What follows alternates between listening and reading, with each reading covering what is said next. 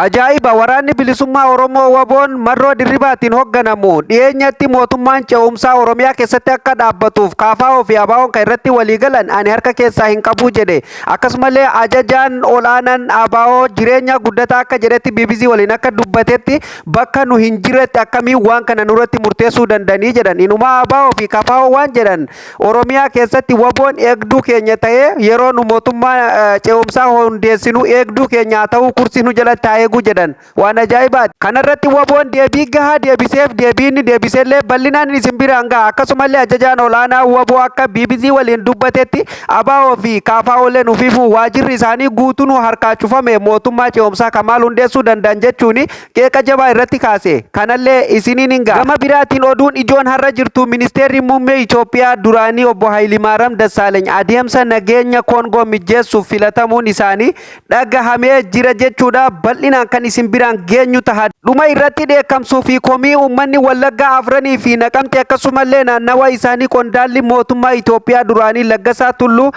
uummata walitti qabuun Naqamte keessatti afaan Amaariffaatiin walgahii irratti saganticha geggeessan irratti uummanni baay'ee itti dheekkamuun akkasumallee uummata Wallaggaa Bahaa keessafuu jechaan tuqe jedhanii sooshaal miidiyaa kana irratti namoonni hedduun itti duulaa jira. Akkasumallee hawaasa keessatti illee dheekkamsuu hamaa kaasee jira jechuudha. Maaliif afaan Amaariffaatiin achirratti uummata Oromooti kan inni walitti qabe keessafuu uummata Wallaggaa Afranii kan achirratti jechuudha inni walitti qabee irratti taphataa ture jechuudha. Isallee bal'inaan isiniin gaha. Akkam jirtu daawwattootaaf kabajamtoota Oromaan baga irra deebiin gara chaanala keenyaa dhuftan. Namoonni haaraa taatan subscribe godhuun miseensa maatii keenyaa ta'a. Akkasumallee viidiyoon namoota hedduu bira akka dhaqqabuuf like share gochuu hin dagatina daawwattoota keenya kabajamoo. Jalqaba irratti waa'ee mootummaa ce'umsaa ABO fi KFO'n dhiyeenya kana bakka WBO'n hin jirretti akka WBO'n isaan waliin jirutti akka WBO'lleen isaan ofirraa bakka nama buufateetti haasayaa turan kana WBO'n maal jedheen kan jedhuu fi akkasumallee akkamiin bakka WBO'n hin jirretti maqaa WBO balleessuu danda'an. WBO'n dhugumaan nama bakka buufatee kan jedhu bal'inaan isinitti hima jechuudha. Ajajaan olaanaan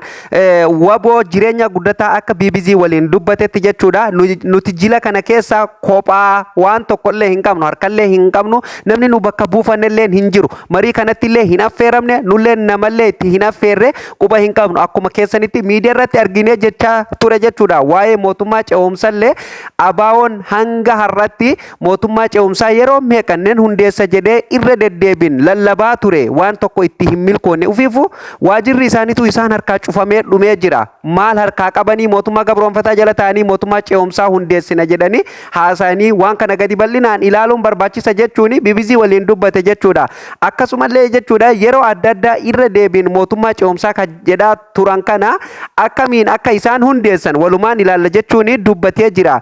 Garuu ani kan na dhibe soba guddaa ABO fi akkasumallee KFO'n sobaa jiran kanatu akka malee na ajaa'ibe jechuudha. Akka waa waraana bilisummaa Oromoo WBO waliin mari'atanii yookaan WBO'n qaama isaaniirraa kan ta'e nama tokko bakka buufatee marii kana keessatti hirmaatee tokkotti godhaniiti maal godhan bariinuma WBO amma yeroo ammaa kana waraana mootummaatiin lola walitti bananii lubbuu takkitti qaban qaaliisan wareega godhanii jechuudha. Wareegama saba kanaaf godhanii saba kanaa jedhanii of kennanii mootummaan kokkee wal qabaa jiranii eegduu Oromiyaa nageenya keenya godhannaa jiran jechuudha. Eegduu nageenya Oromiyaa goonaa jiran jechuudha. Eegduu maal jedheen kanarratti ajajaan olaanaan WBO jechuudha.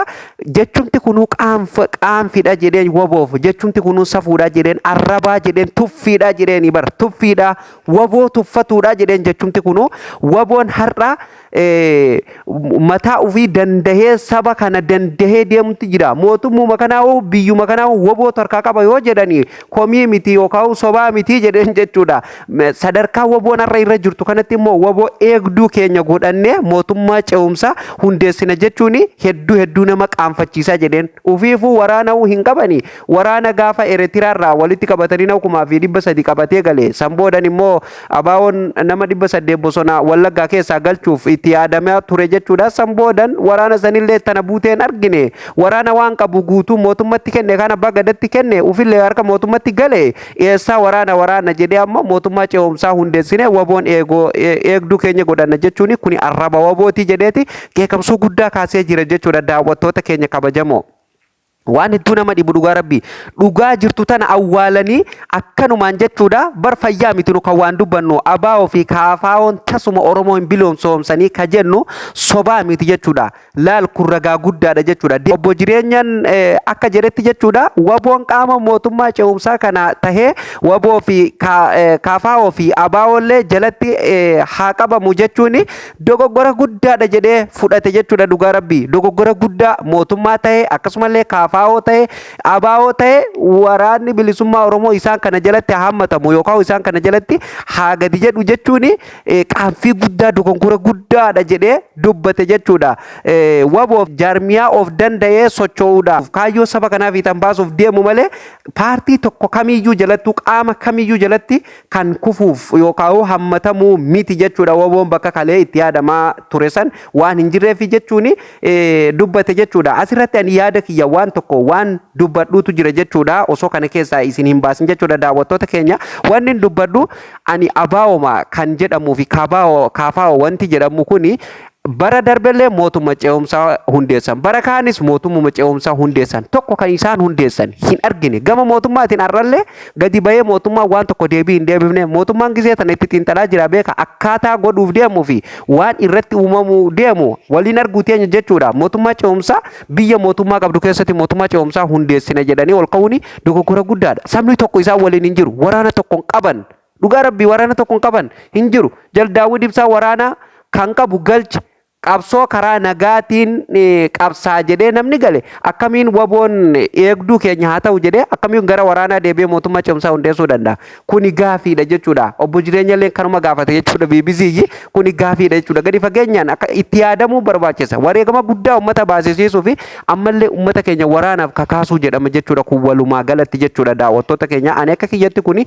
dogoggora guddaadha jechuudha yoo dandama ta'e filannoon mootummaa mooyannaan san ta'uu baannaan waraana bilisummaa oromoo wabootti galanii jechuudha waboo waliin lolanii afaan qawweetiin mootummaa fonqolchuun mirga hin dandama dandeenyaan dandeettii itti qabaana fonqolchuu ni danda'an dandeettii yoo itti hin qabne hoo karaa filannoo nagaa fi dimokiraasawaa ta'een jechuudha filatamanii sabni yoo isaan filate akkasitti mo'atuu ni danda'an jechuudha mootummaa saniin alatti immoo uummata kana wareegama guddaa kafalchiisuuf deema malee waan biraa tokko wanti isaan deemaniif akka hin jirre kuni ifa jechuudha daawwattoota keenya kabajamoo fi jaallatamoo kana kanumaan xumurree keessaa baana jechuudha oduu keenyatti aanuun ministeerri muummee Itoophiyaa duraanii obbo Hayilemaariyaam Dassaaleeny adeemsa nageenya Kongo mijeessuuf filatamuun isaanii dhagahamee jira jechuudha daawwattoota keenya akkasumallee gaa ministeera muummee Itoophiyaa duraanii Hayilemaariyaam Dassaaleenyii fi akkasumallee pirezidaantii Naayijeeriyaa duraanii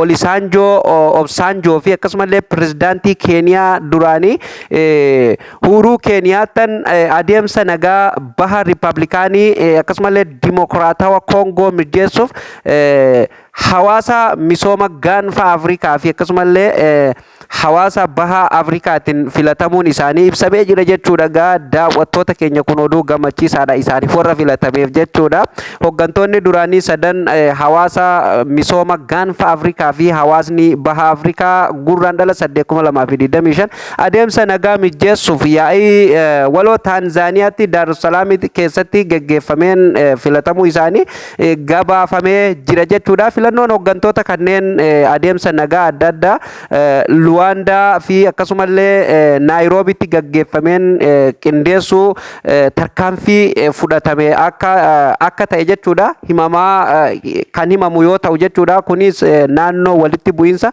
miidhame keessatti tasgabbii fiduuf dhiibbaa haaraa akka taasisan dubbatamaa jira jechuudha daawwattoota keenya kabajamoo baha riippaabilikaan dimokiraatawaa Koongoo keessatti humnoota mootummaa biyyattii fi akkasumallee garee hidhatee waldhabdeen uumame lubbuu namoota nagaa hedduu kan galaafate ta'uun jechuudha gabaafamee jira sababuma kanaan jechuudha filatamee jira jechuudha nageenya kana tasgabbeessuuf jechuudha daawwattoota keenya kabajamoo waan ta'u hundaa'u gaa kan walumaan ilaaluu ta'a carraa gaarii jennaan gaa muummicha keenya kan duraaniiti waan ta'eef jechuudha dhuma irratti jechuudha daawwattoota keenya qondaalli mootummaa Itoophiyaa jechuudha Dr. Laggasaa Tulluu haasaa uummata naqamtee waliin taasise irratti jechuudha afaan Amaariffaatiin jechuudha የወለጋ ሰው ጨው ነው jechi inni jedhe suni hedduu uummata dallansiise keessafuu uummata Wallaggaa bahaa akka malee miidhee yookaan jechaan tuqe kan jedhamuun hayyoonni hedduu rogeeyyiin miidiyaa hedduulleen irratti dubbataa jira. Silaafuu kan achitti walitti qabee jiru Oromoodha.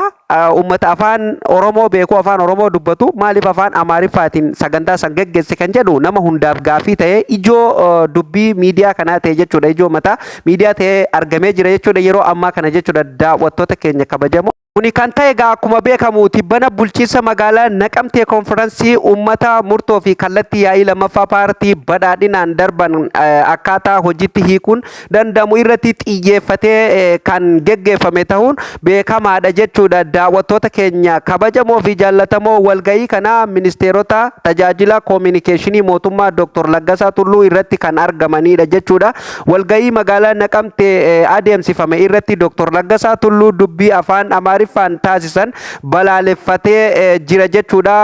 Walgahii kana irratti yaadni bal'aan kan kaafame yoo ta'u jechuudha. Jalqaba irratti waltajjii hawaasa Oromoo hirmaachise kana irratti afaan Amaariffaan waltajjii geggeessuun qeeqa guddaa akka uume beekamaadha jechuudha. Akkasumallee dubbiin qondaala kanaas hawaasa akka mufachiisee jiru beekamee jira jechuudha. Uummanni Wallaggaa cawaadha jedhee namni kun ergaan inni jedhe kun jechuudha ciigoodha yookaan jechi kun ciigoodha kan jedhan jechuudha. Namootni jechaan haasawan ciiga'ee jedhan jechuudha. Akkasiin ibsama jechuudha. Wanta jibbamaa yookaan wanta ciigaa ta'e tokko jechuudha. Akkasiin ibsaa jiran jechuudha.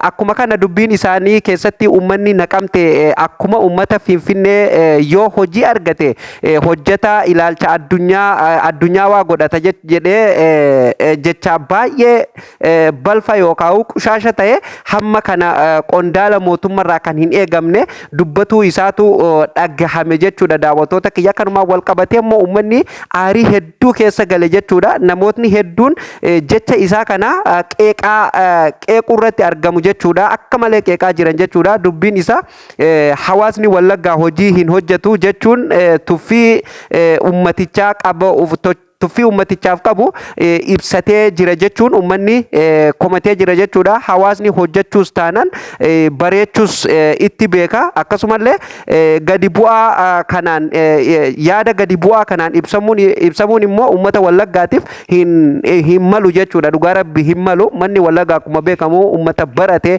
uummata qabsoos taanaan fiixarra jiru beekumsaas taanaan dinagdeenis taanaan gara ikoonomiinis taanaan siyaasa garma hundaanu jechuudha. Uummata mataa jiru malee uummata giddugalaa fi akkasumallee haala inni ibse kanaan keessafuu afaan inni ittiin ibse kanaan uummata madaalamuu miti jechuudha. Kanuma wal qabatee egaa uummanni hedduu jechuudha.